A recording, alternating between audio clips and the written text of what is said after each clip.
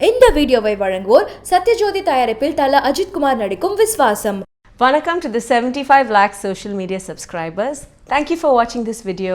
Please like, share and subscribe to Behind Words. அவரோட mail ஐடிக்கு ஒரு மெசேஜ் அனுப்பிச்சேன். I was not expecting a reply. அவர் வந்து அதுக்கு ரிப்ளை பண்ணுவார்னு எனக்கு தோணல. திடீர்னு ஒரு மெயில் வந்தது. அவர் வந்து பார்த்து ஹாய்டான்னு வந்து he shook my hand and then he வாசிக்கும் போது எனக்கு வேர்க்கும், கையெல்லாம் ரொம்ப வேர்க்கும். இந்த வேர்வை வந்து கீபோர்டுக்குள்ளே போய் அந்த கீபோர்டு ஸ்டாப் ஆகிடும். நான் கேட்டேன், ஸோ ஒன்று நடக்கலைனா உங்களுக்கு ஒன்று நடக்கலைனா அப்போ கூட உங்களுக்கு கோவம் வராதா? It's like he told me ஒன்று நடக்கலைனா in fact unedited version of the biography அது ஒரு 700 pages இருந்தது. எனக்கு எப்பயுமே ஒரு இந்தியன் ஆஸ்கர் வாங்கணும்னு எனக்கு ஆசையாக இருந்தது. நான் வாங்குவேன்னு I did not think I would get it, not was I hoping I would get it. Computer யாரும் செட்டப் பண்ணிட்டாங்க, நான் இந்தியா ஸ்கைப் பண்ணிக்கிறேன். எல்லாரும் வந்து started running around the set. Light எடுக்கிறாங்க, ஒரு டேபிள் வைக்கிறாங்க, அதுக்கு மேலே லேப்டாப் வச்சு இந்த மாதிரி லைக் லைட்ஸ்லாம் ஸ்கைப் கால் லைட்லாம் வச்சு ரமன் சார் சும்மா பார்த்துட்டே இருந்தார். அவங்க எல்லாமே முடிச்சதுக்கப்புறம் நான் ஒரு ஸ்கைப் கால் தானே பண்ணுறேன், ஏதோ பிசி ஸ்ரீராம் ஷார்ட் மாதிரி நீங்களாம் லைட் பண்ணுறீங்களே ஏன் இதெல்லாம்னு சொன்னார்.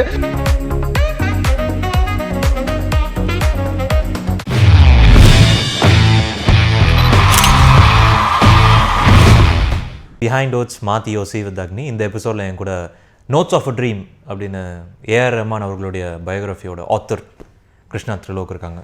Welcome to the show. Thank you. எப்படி முதல்ல உங்களுக்கு ரைட்டிங் மேலே இன்ட்ரெஸ்ட் வந்தது? நான் ரைட்டிங் ரொம்ப சின்ன வயசுலேயே ஆரம்பிச்சுவேன். நான் வந்து 13-14 இயர்ஸ் இருக்கும்போது ஸ்கூலில் இருக்கும் போதே நான் ரைட்டிங் ஆரம்பித்தேன். எனக்கு வந்து படிப்புலாம் அவ்வளோ கிரேட்டாக வராது, படிப்பு அவ்வளோ வராது, ஸ்போர்ட்ஸில் இன்ட்ரெஸ்ட் இல்லை. ஸோ என்ன பண்ணுறது இன்னும் ஒரு கொஸ்டின் வந்தது எனக்கு.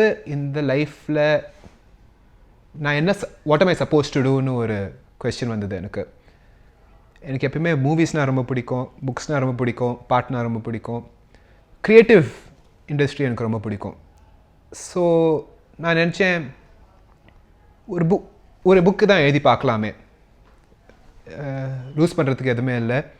எழுதினேன் பல வருஷம் எழுதிகிட்டே இருந்தேன், யாருக்குமே சொல்லலை. இன்ஃபேக்ட் நானே வந்து அது பப்ளிஷ் ஆகுமா இல்லையா ஒன்றுமே யோசிக்கல, எனக்கு பிடிச்சது எழுதினேன், அவ்வளோதான்.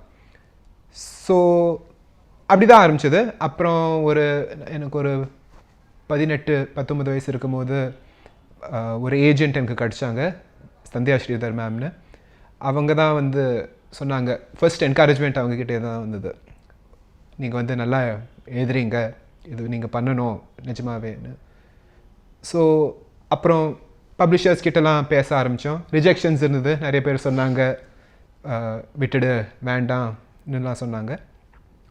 ஆனால் வந்து எனக்கு தெரியும் எனக்கு இதுதான் பண்ணணும், என்னோடய பர்பஸ்ன்னு பார்த்தீங்கன்னா எனக்கு இதுதான்னு தோணுச்சு. ஸோ நான் அதை பண்ணேன். 2017 ஃபைனலாக என் ஃபர்ஸ்ட் புக் ரிலீஸ் ஆச்சு, ஷரிக்ருதான்னு. சரி, இப்போ வந்து ஒரு இமேஜினரி ஸ்டோரி சொல்லிட்டோம், இப்போ வந்து எனக்கு ஒரு ரியல் லைஃப் ஸ்டோரி சொல்லணும். ஆக்சுவலி எக்ஸிஸ்டிங் பர்சன் பற்றி எனக்கு எழுதணும். அதோட எக்ஸ்பெரிமெண்ட் பண்ணணும்னு தோணுச்சு. யாருன்னு யோசித்தேன். அப்புறம் தான் எனக்கு தெரியப்பட்டது, ஏஆர் ரஹ்மான் சார் வந்து இப்போ ஃபில்ம்ஸ் எடுக்க ஆரம்பிக்கிறாரு. He is getting into production, he is getting to டிரெக்ஷன்னு நான் கேட்டேன். எனக்கு ரொம்ப இன்ட்ரெஸ்ட் ஆச்சு. வை வுட் சம்ஒன் அவர் வந்து மியூசிக்கில் சாதிக்காதது எதுவுமே இல்லை, top of the game, really head top அங்கே. ஸோ ஏன் அதை விட்டு இப்போ வந்து அவர் ஃபிலிம்க்கு இறங்குறாரு? Why would he want to do something so different? Why would he want to come out of his comfort ஜோன்னு எனக்கு தோணுச்சு. அப்புறம் வந்து அவரோட லைஃப்பை பார்த்தீங்கன்னா இட்ஸ் ஆல்வேஸ் பின் அந்த டிரான்ஸ்ஃபர்மேஷன் பற்றி தான். முதல்ல வந்து அவர் ஜிங்கிள்ஸ் கம்போசர்லேருந்து ஃபில்ம் கம்போசர் ஆனார், தமிழ்லேருந்து தமிழ் ஃபிலிம்லேருந்து ஹிந்தி ஃபிலிமுக்கு போனார், ஹிந்திலேருந்து இன்டர்நேஷ்னல் போனார், நடுவில் வந்தே மாத்திரம் நடந்தது. ஸோ இந்த மாதிரி நிறைய டிரான்ஸ்ஃபர்மேஷன்ஸ் இருந்ததே. இப்போ வந்து புது டிரான்ஸ்ஃபர்மேஷன் நடக்குது. இந்த டிரான்ஸ்ஃபர்மேஷன், இந்த கரண்ட் டிரான்ஸ்ஃபர்மேஷன், ஃபில்ம் மேக்கர் ஆகிற டிரான்ஸ்ஃபர்மேஷன் வச்சு அந்த ப்ரீவியஸ் டிரான்ஸ்ஃபர்மேஷன்ஸ் எல்லாமே அதை பற்றி பேசலாமான்னு தோணுச்சு. சரி, ஐடியா இன்ட்ரெஸ்டிங்காக இருக்கேன்னா அவருக்கு அவரோட மெயில் ஐடி என்கிட்ட இருந்தது. அவரோட மெயில் ஐடிக்கு ஒரு மெசேஜ் அனுப்பிச்சேன். I was not expecting a reply. அவர் வந்து அதுக்கு ரிப்ளை பண்ணுவார்னு எனக்கு தோணல. திடீர்னு ஒரு மெயில் வந்தது, I love the idea, let's go ahead with இட்னு. உடனே ஸோ நான் ரொம்ப எக்ஸைட் ஆகிட்டேன். ஸோ அப்படி தான் இதுக்குள்ளே நான் இறங்கினேன். அண்ட் ஏஆர் ரஹ்மான் சார்கிட்ட வந்து க்ரீன் சிக்னல் வந்துருச்சு புக்கை எழுதுறதுக்கான. அந்த ஃபர்ஸ்ட் மீட்டிங் முதல்ல அவரை போய் பார்த்தீங்கல்ல, அதை நீங்கள் நரேட் பண்ணணும். ஓகே. அவர் முதல்ல நான் பார்த்தது மும்பையில். ஐ கான் டு ஹிஸ் அப்பார்ட்மெண்ட். அங்கே ஒரு ஃப்ளாட் வச்சுருக்காரு. அங்கே நான் போனேன். அவர் அங்கே இருந்தார். ஸோ எனக்கு தெரியல என்ன பண்ணுறதுன்னு. அவர் இப்பயே கொஸ்டின் கேட்க ஆரம்பிக்கலாமா, அவரோட என்ன சொல்கிறது, என்ன முதல்ல கேட்குறது, எங்கே ஆரம்பிக்கிறதுன்னு ரொம்ப பயமாக இருந்தது ஆக்சுவலாக. அவர் பார்த்து ஹேடானு he shook my hand and then is like வா சாப்பிடலாம். ஸோ அவரோட முதல்ல உட்காந்து டின்னர் சாப்பிட்டேன். ஸோ அப்புறம் தான் தெரிஞ்சது, இந்த மாதிரி கொஸ்டின்ஸ் நான் கேட்க போகிறேன்னா ஒத்து வர போகிறதில்ல. நான் இன்டர்வியூ பண்ணேன்னா ஒத்து வர போகிறதில்ல. ஸோ அங்கே தான் we just start having conversations. சும்மா பேச ஆரம்பித்தோம். அவர் அவர் இப்போ பண்ணுறதை பற்றி பேசினார். முன்னாடி பண்ணதில் அவரோட வியூஸ்லாம் ஷேர் பண்ணார். சும்மா சாப்பிட்டு பேசிகிட்டே இருந்தோம். ஸோ அதுதான் first meeting. It was not plant, it was not interview style. திடீர்னு சொன்னார், வா சாப்பிட்லாம், யூ ஆல்சோ ஜாயின் மீன்னு உட்காந்து பேசினோம். ஸோ அப்படி தான் ஃபர்ஸ்ட் மீட்டிங் நடந்தது. இவர் இன்றைக்கி இந்த மாதிரியான ஒரு பர்சனாலிட்டியாக இருக்காருன்னா அவருடைய லைஃப் ஜேர்னி அதுக்கு ஒரு பெரிய காரணமாக இருக்குது. இங்கிலீஷில் ஒரு சேயிங் இருக்குதுன்னு நினைக்கிறேன், the light enters through the scars அப்படிம்பாங்க. ஸோ அவர் நிறைய கஷ்டப்பட்டிருப்பார் இல்லையா. ஸோ அந்த ஜேர்னி அவர் ஒரு கிரவுண்டடான ஒரு ஸ்பிரிச்சுவலான ஒரு பர்சனாக அவரை ட்ரான்ஸ்ஃபார்ம் பண்ணுறதுக்கு உதவி இருக்கா? கண்டிப்பாக. பாருங்கள், அவர் ரொம்ப கஷ்டப்பட்டு மேலே வந்தவர். அவரோட அப்பா ரொம்ப சின்ன வயசுலேயே இறந்துட்டார். அம்மா தனியாக வளர்த்தாங்க. அப்புறம் நிறைய வருஷமாக செஷன்ஸ் பிளேயராக இருந்தார். நிறைய மியூசிக் டைரக்டர்ஸ்க்கு போய் வாசிச்சு ஒரு கதை சொல்லுவார். ஒரு சில ஸ்டூடியோஸ் அவர் போய் வாசிச்சார்னா ஏசி கூட இருக்காது. ஸோ வாசிக்கும் போது அவருக்கு வேர்க்கும், கையெல்லாம் ரொம்ப வேர்க்கும். இந்த வேர்வை கீபோர்டுக்குள்ளே போய் அந்த கீபோர்டு ஸ்டாப் ஆகிடும், ஒர்க் ஆகாது. ஸோ அப்புறம் போய் அவர் அதை ஃபிக்ஸ் பண்ணிவிட்டு வரணும். அப்புறம் ஸ்கூல் போக முடியல. ஏன்னா ஒர்க்கிங் கமிட்மெண்ட்ஸ் இருக்கிறதுனால அவராட்டு ஸ்கூல் போக முடியல. அவருக்கும் ரொம்ப ஆசை ஸ்கூல் போய் பசங்களோட ஜாலியாக இருக்கணும்னு. எல்லா குழந்தைகளுக்கும் அந்த மாதிரி ஒரு ஆசை இருக்கும்ல. ஆனால் அவர் சொல்லுவார், என்னாட்டு ஸ்கூல் போக முடியல. ஏன்னா நான் ஸ்கூலுக்கு போனால் கூட சிஸ்டர்ஸ் யாரான்னு இப்போ நீங்கள் வேலைக்கு போகணும் வந்துடுங்கன்னு சொல்லி அழைச்சிட்டு வந்துடுவார். ஸோ அவருக்கு ரொம்ப அதுக்கு மனசு கஷ்டப்படுவோம்னு சொல்லுவார். இவ்வளோ கஷ்டங்களை பார்த்தும் அவர் பாசிட்டிவாக இருக்காருன்னா கண்டிப்பாக ஹீ பிலீவ்ஸ் தட் என்ன நடந்தாலும் it is for a reason and that reason has to be for a good reason. இன்னும் ரொம்ப ஃபர்மாக பிலீவ் பண்ணுறவர். லைக் ஒரு night we were talking. This was I think கடைசி meeting for notes of a dream. நான் கேட்டேன், இந்த question தான் கேட்டேன், ரமன் சார் நீங்கள் இவ்வளோ ஹார்ட்ஷிப் பார்த்துருக்கீங்களே, இவ்வளோ கஷ்டப்பட்டு வந்திருக்கீங்களே, உங்களால் எப்படி தான் இவ்வளோ உங்களுக்கு கோவமே இல்லையா? Aren't you angry? ஏன்னா நிறைய பேர் சொல்லுவாங்க, ஈவன் ஆஃப்டர் சக்ஸஸ்ஃபுல் ஆனதுக்கு அப்புறமும் அவங்க சொல்லுவாங்க, நான் சைல்ட்ஹுட்டில் ரொம்ப தவிச்சிட்டேன், சின்ன வயசில் நான் ரொம்ப கஷ்டப்பட்டுட்டேன்னு சொல்லுவாங்க. அவர் ஒரு தடவை கூட அதை சொன்னதில்லை. ஸோ உங்களுக்கு அந்த மாதிரி கோவம் எதுவுமே இல்லையான்னு கேட்டேன். இட்ஸ் லைக் நிஜமாகவே என்கிட்ட I have no regrets, I have no anger. ஏன்னா என்ன நடந்தாலும் அது ஒரு காரணத்துக்கு நடந்திருக்கும். Whatever happens for reason and that reason can only be a good reason. அதுதான் அவர் சொன்னார். அண்ட் நான் கேட்டேன் அதுக்கப்புறம், ஸோ உங்களுக்கு ஒன்று நடக்கலைன்னா அப்போ கூட உங்களுக்கு கோவம் வராதா? It's like he told me ஒன்று நடக்கலைன்னா நம்ம தான் தன்னை பார்த்து நம்ம என்ன சரியாக பண்ணலன்னு கேட்கணும். ஏன்னா வேர்ல்டை ப்ளேம் பண்ண முடியாது. வேர்ல்டு தான். நம்ம என்ன மாற்றிக்கலாம், நம்ம என்ன பண்ணணும், நம்மக்கிட்ட என்ன குறைவு இருக்குது, அதான் நீ கேட்டுக்கணும் சொன்னார். ஒரு புக், ஒரு பயோகிராஃபி அவரை பற்றி எழுத போகிறோம் அப்படிங்கும்போது எதெல்லாம் வைக்கலாம், எதெல்லாம் ஒமிட் பண்ணலாம் அப்படிங்கிற அந்த விஷயமே ஒரு பெரிய சேலஞ்சாக இருந்திருக்குமே. கண்டிப்பாக. In fact unedited version of the biography அது ஒரு 700 pages இருந்தது. ரஃப் டிராஃப்ட் ஒரு 700 pages இருந்தது. Then we have to decide, நீங்கள் சொல்கிற மாதிரி வாட் டு கீப், என்ன வைக்க வேண்டான்னு. அப்புறம் தான் we had to decide what is the purpose of this book. இந்த புக்கோட பர்பஸ் என்ன.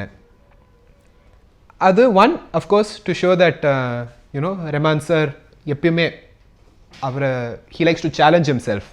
புதுசாக அதான் பண்ணணும்னு எப்பயுமே யோசிக்கிறவர். ஸோ அந்த ஸ்பிரிட் கண்டிப்பாக இருக்கணும். அதுதான் தீமோட புக் ட்ரான்ஸ்ஃபர்மேஷன் தான். ஆனால் அதுக்குள்ளே என்ன கதைலாம் இருக்குது. ஸோ அவரோட லைஃப் கதை கண்டிப்பாக இருக்குது. இந்த ஸ்பிரிட் வரணும். செகண்ட், அவர் என்ன மாதிரி பர்சன், என்ன மாதிரி அவர் எப்படி யோசிப்பார், அதுதான் நெக்ஸ்ட் ஸ்டெப். ஸோ கண்டிப்பாக அந்த பாசிட்டிவிட்டி, நீங்கள் சொன்ன மாதிரி அந்த பாசிட்டிவிட்டி வரணும்.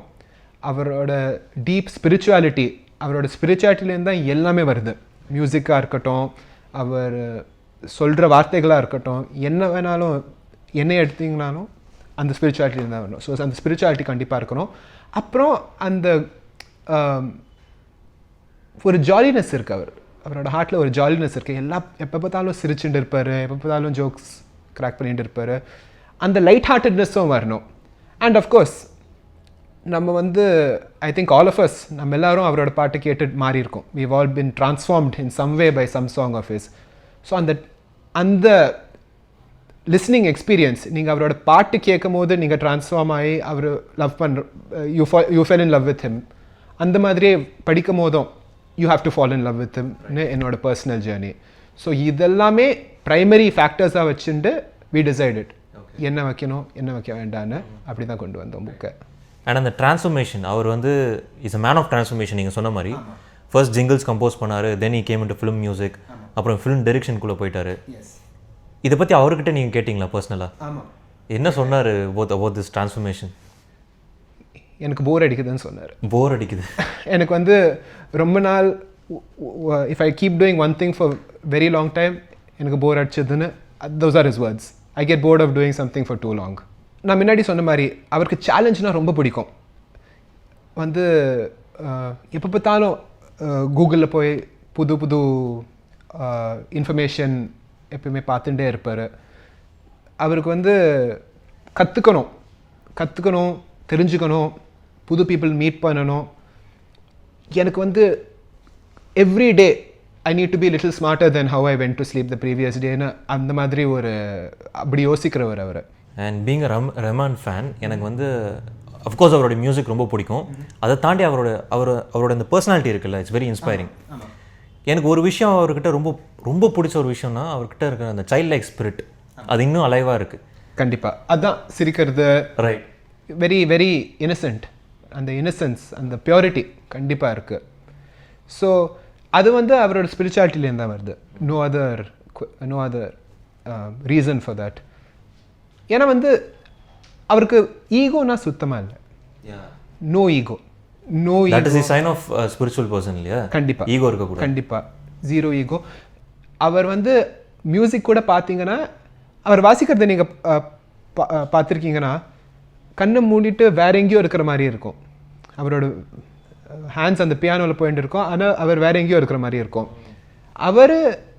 he always believes that வேற எங்கேயிருந்தோ மியூசிக் வருது, நான் வெறும் சேனல் தான், அது வேற ஒரு இடத்துலேருந்து வருது, நான் அதுக்கு ஃபார்ம் தந்துட்டு இருக்கேன், ஸோ நான் கான்ஸ்டண்ட்டாக அதோட கனெக்ஷனில் இருக்கணும். ஸோ அப்படி யோசிக்கும் போது ஈகோ இருக்க முடியாதுல்ல.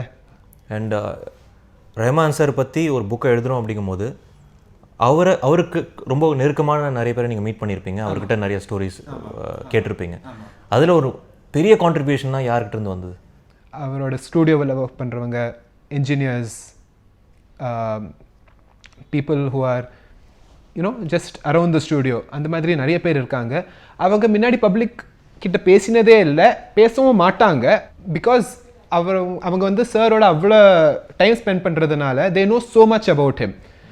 ஸோ அவங்கக்கிட்டேருந்து நிறைய இன்ஃபர்மேஷன் வந்தது. His sisters of course, Rehana ma'am, Fathima ma'am, ரெண்டு பேரும் lot of information they gave about his childhood and personally. அவரோட ஒய்ஃப் சைரா மேம் கொஞ்ச நாள் நம்மளோட பேசினாங்க. அவங்களும் நிறைய வெரி இன்ட்ரெஸ்டிங் ஸ்டோரிஸ் ஷேர் பண்ணாங்க about Rahman sir as a husband. Right, அது நிறைய பேருக்கு தெரியாது இல்லையா? ஆமாம். ஸோ ரெஹ்மான் சார் ஒரு ஹஸ்பண்டாக எப்படி நடந்துப்பார் அந்த மாதிரி ஒரு சாப்டர் இருக்குது. அவரோட மேனேஜர் விஜயர் சார், அவரோட personal assistant mister Ashiq Mohammed, அவரோட பிஸ்னஸ் அஃபேர்ஸ் ஹேண்டில் பண்ணுறவர் மிஸ்டர் கரண் குரோவர், இவங்கெல்லாம் lot of information about how he is to just spend time with, as a boss, as a travel companion, as a mentor. இப்போ வந்து நீங்கள் வந்து அவரோட personal assistant Ashiq எடுத்துட்டிங்கன்னா அவர் சொல்லுவார் வந்து நான் படித்தவன் இல்லை,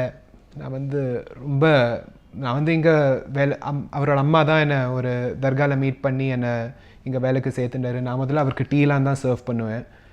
ஆனால் அவர் பார்த்தாரு நான் வந்து எனக்கு வந்து கேமரானா ரொம்ப இன்ட்ரெஸ்ட்னு, நான் வந்து கேமரா வச்சு நோண்டின்னு இருப்பேன். அவர் அதை பார்ப்பார். ஸோ அவர் வந்து சொன்னார், இந்தா நான் உனக்கு கேமரா தரேன், யூடியூப்பில் போய் வீடியோஸ்லாம் பார்த்து எப்படி ஆப்ரேட் பண்ணணுன்னு கற்றுக்கோ, கற்றுன்னு தான் ஆகணும். நான் வந்து உங்ககிட்ட கேட்கல, நான் சொல்கிறேன் நீ கற்றுன்னு தான் ஆகணும்னு. அவர் சொல்கிறேன் நான் படிக்கலையே ரெஹ்மான் சார், எனக்கு எப்படி இதெல்லாம் தெரிய போகுது. All great men haven't studied. சாதிச்சவங்க எல்லாரும் வந்து படித்தவங்க இல்லை, வந்து நீங்கள் வந்து எக்ஸ்கியூஸ்லாம் சொல்லாமல் கற்றுக்கோ.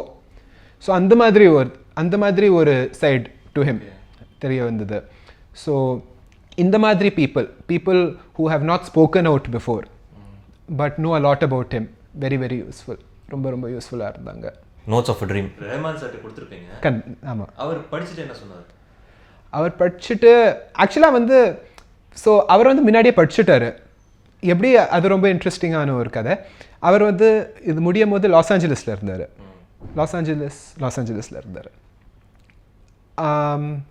ஸோ அவர் அங்கே இருந்தார், நான் இங்கே இருந்தேன். அவர் சொன்னார் நீ என்ன பண்ணுறேன்னா you come on Skype, we will read it together. So ஸ்கைப்பில் ஸோ நான் இங்கே சென்னையில் உட்காந்துட்டு நான் அவருக்கு படித்தேன். அவர் உட்காந்துட்டு கேட்டுருந்தார். வந்து இது சொன்னார், இது நல்லா இருக்குது, இது கொஞ்சம் மாற்றலாமா, இது வந்து கொஞ்சம் ரெப்பிட்டேட்டிவாக இருக்குது, இதை எடுத்துடு, அந்த மாதிரி தான். ஸோ அவருக்கு தெரியும், அவர் முன்னாடியே படித்தார். அவர் சொன்னார் ரொம்ப பியூட்டிஃபுல்லாக இருக்குது, என்னோடய சைல்ட்ஹுட் போர்ஷன்ஸ் அதுவும், அதை நான் கேட்டு நானே கொஞ்சம் கண்ணுங்கள்ட்டேன்னு சொன்னார். So I myself got very இமோஷ்னல்னு சொன்னார். இது லைக் எனக்கு தெரியல வந்து நீ எங்கே இதெல்லாம் கண்டுபிடிச்சேன்னு, எனக்கே ஒரு சில விஷயம்லாம் மறந்து போச்சு. ஆனால் எஸ்பெஷலி அவரோட அப்பா பற்றி, என்னோடய அப்பா பற்றி நீ எழுதினதுக்கு ரொம்ப சந்தோஷப்படுறேன், தேங்க்யூ. அவரோட ட்விட்டரில் கூட ஷேர் பண்ணார். அவரோட அப்பா பற்றி ஒரு சின்ன ரைட்டப் வந்தது நியூஸ் பேப்பரில், அது மட்டும் அவர் ஷேர் பண்ணார். ஏன்னா வந்து அவரோட அப்பாவும் வந்து அவர் மாதிரியே ஒரு பெரிய innovator, very nice gentleman, very kind man. ஆனால் அவருக்கு வந்து உடம்பு வந்து ரொம்ப சின்ன வயசில் இருந்ததுனால world didn't know much about him.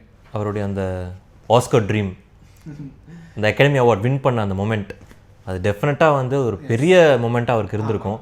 இப்போ அவர் அதை எப்படி பார்க்குறாரு? ஆக்சுவலாக வந்து நம்ம டிஸ்கஸ் பண்ணுவோம் இது கொஞ்சம். நம்ம ஆக்சுவலாக இது ஒன்றுனா தான் வந்து கொஞ்சம் கொஸ்டினாக கேட்டேன் அவருக்கு.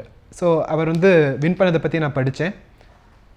அண்ட் நான் அப்போ தான் கேட்டேன், திடீர்னு கேட்டேன், சார் வந்து did you always want to do this, did you always want to win this? 1 second உடனே he gave me the answer, இல்லை.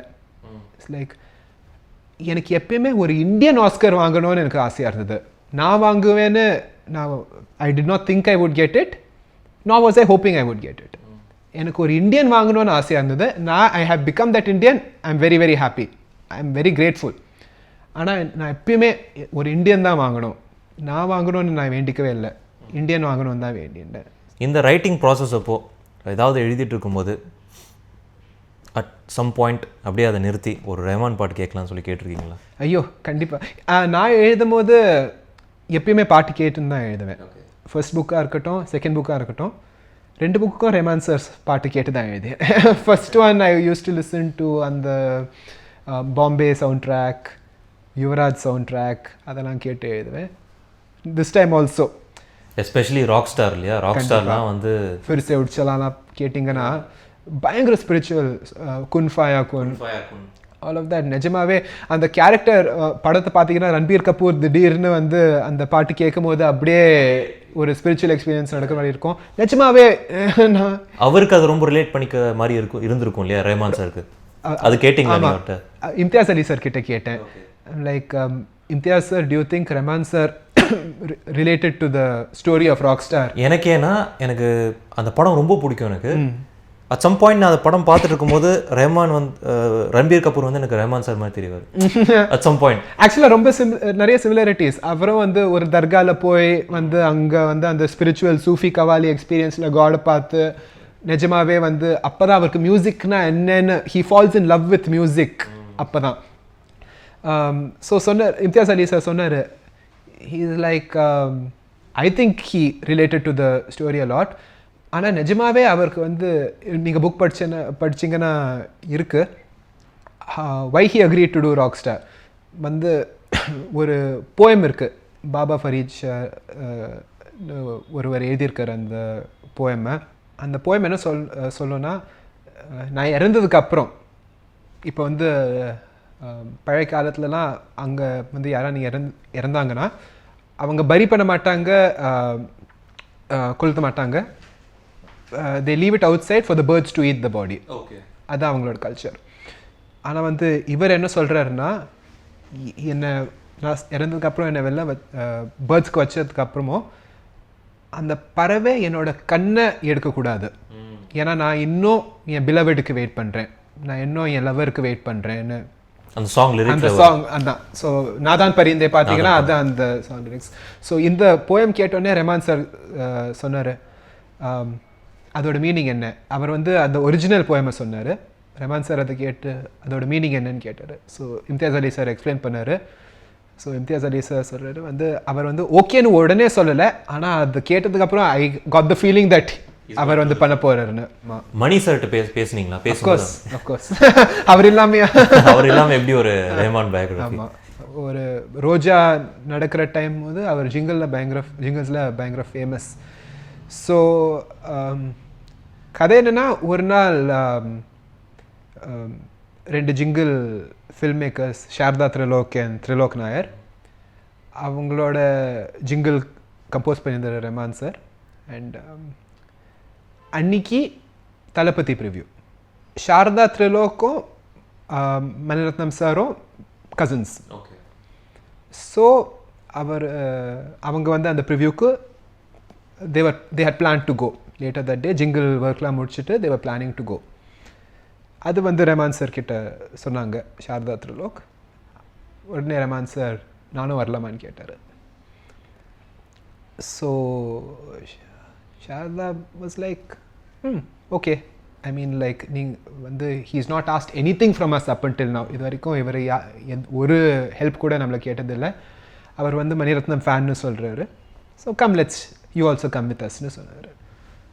அங்கே தான் first meeting between Maniratnam sir and Rahman sir. ஆனால் வந்து அப்போ வந்து there was no plans of working together.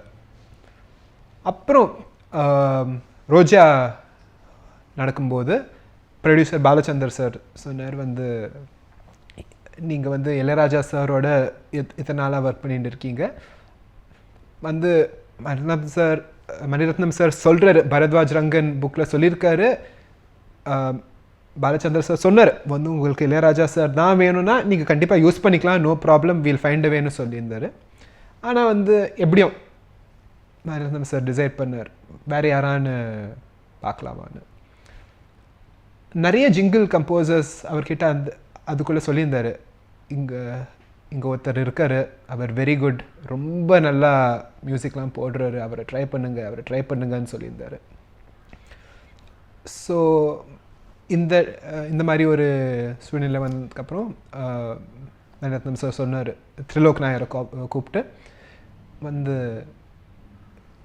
ஒருத்தர் பற்றி நீங்கள் சொல்லியிருக்கீங்களே எவ்வளவு, அவரை போய் பார்க்கலாமான்னு. போனாங்க. ரஹ்மான் சார் நிறைய ஜிங்கிள்ஸ் அவரோட பேண்ட் மியூசிக் எல்லாமே ப்ளே பண்ணி காமிச்சார். மணிரத்னம் சார் கேட்டார், ஒன்றுமே சொல்லாமல் கிளம்பிட்டார். ஸோ ரஹ்மான் சார் வந்து திரிலோக் நாயரை பார்த்து என்னடா ஒன்றுமே சொல்லாமல் போயிட்டாருன்னு கேட்டார். திரிலோக் நாயர் சொன்னார் வந்து பிடிச்சிருந்ததுன்னா உன்னை கூப்பிடுவார், கவலைப்படாதீங்க. ஸோ முடிஞ்சது. அப்புறம்தான் மணிரத்னம் சார் அவர் கூப்பிட்டு எனக்கு ரொம்ப பிடிச்சது நீங்கள் காமிச்சதெல்லாம், எனக்கு கண்டிப்பாக அவங்களோட தான் ஒர்க் பண்ணணும், அடுத்த படத்துக்கு நீ தான் மியூசிக் கம்போசர்னு சொன்னார். பேக்ட்ராப் நீங்கள் போனீங்கன்னா ரஹ்மான் சார் என்ன யோசிச்சார்னா அவருக்கு ஒன்றுமே பிடிக்கல, ஏன்னா ஒன்றுமே சொல்லாமல் போயிட்டாரே, என்ன தான் யோசிச்சாரோ. மணிரத்னம் சார் அவ்வளோவா பேச மாட்டார்ல, ஐ மீன் லைக் ரெண்டு பேரும் பயங்கர சைலண்ட். ஸோ மணிரத்னம் சார் ஒன்றுமே சொல்லலை, ஆனால் ரொம்ப பிடிச்சது அவருக்கு. அப்புறமா சொன்னார் 25 years later நான் போய் அவர் வந்து கொஸ்டின் கேட்டும்போது சொன்னார், I was blown away by what I heard. எனக்கு என்ன சொல்லணும்னு தெரியல, அப்படி இருந்தது அந்த பாட்டு. ஸோ ரஹ்மான் சாருக்கு அப்போ கொஞ்சம் பயமாக இருந்தது, ஆனால் வந்து நல்லபடியாக போச்சு. ஆனால் அவரோட சிஸ்டர்ஸ் சொன்னாங்க, ஃபாத்திமா மேம் சொன்னாங்க, ஆஸ் அ ஃபேமிலி நம்மலாம் பயங்கர ரிலிஜியஸ். நம்ம வந்து அவங்களுக்கு ரொம்ப எக்ஸைட்டடாக இருந்தது. மணிரத்னம் சார் ஒரு பெரிய டைரக்டர் நம்மளோட வீட்டுக்கு வந்திருக்காரு, அண்ணனோட பாட்டை கேட்டுருக்காங்களேன்னு ரொம்ப சந்தோஷமாக இருந்தது.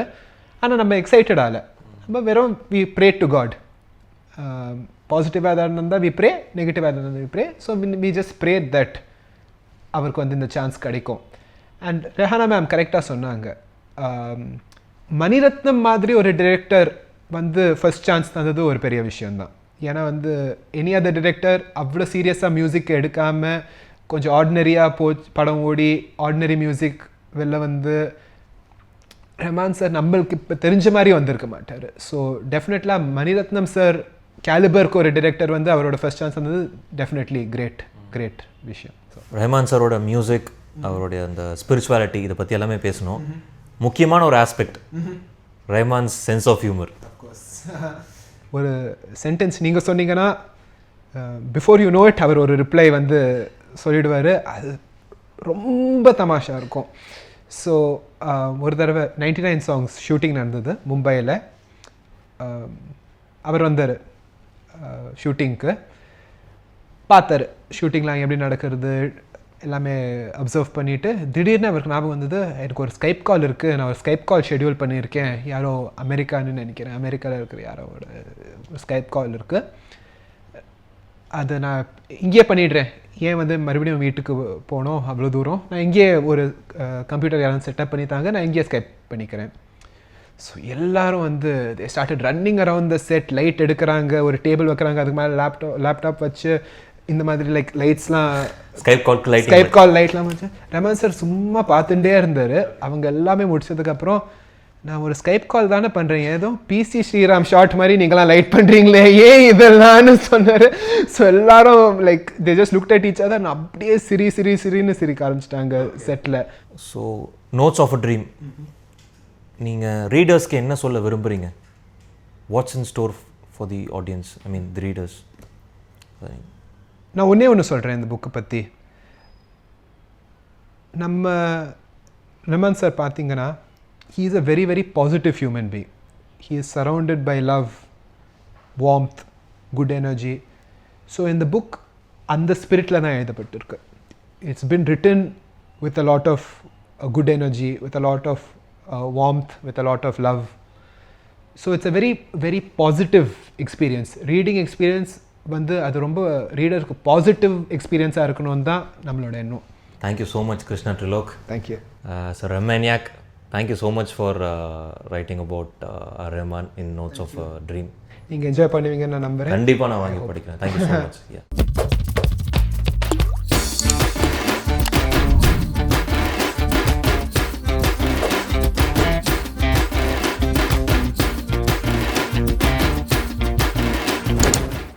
இந்த வீடியோவை வழங்குவோர் சத்யஜோதி தயாரிப்பில் தல அஜித் குமார் நடிக்கும் விஸ்வாசம்.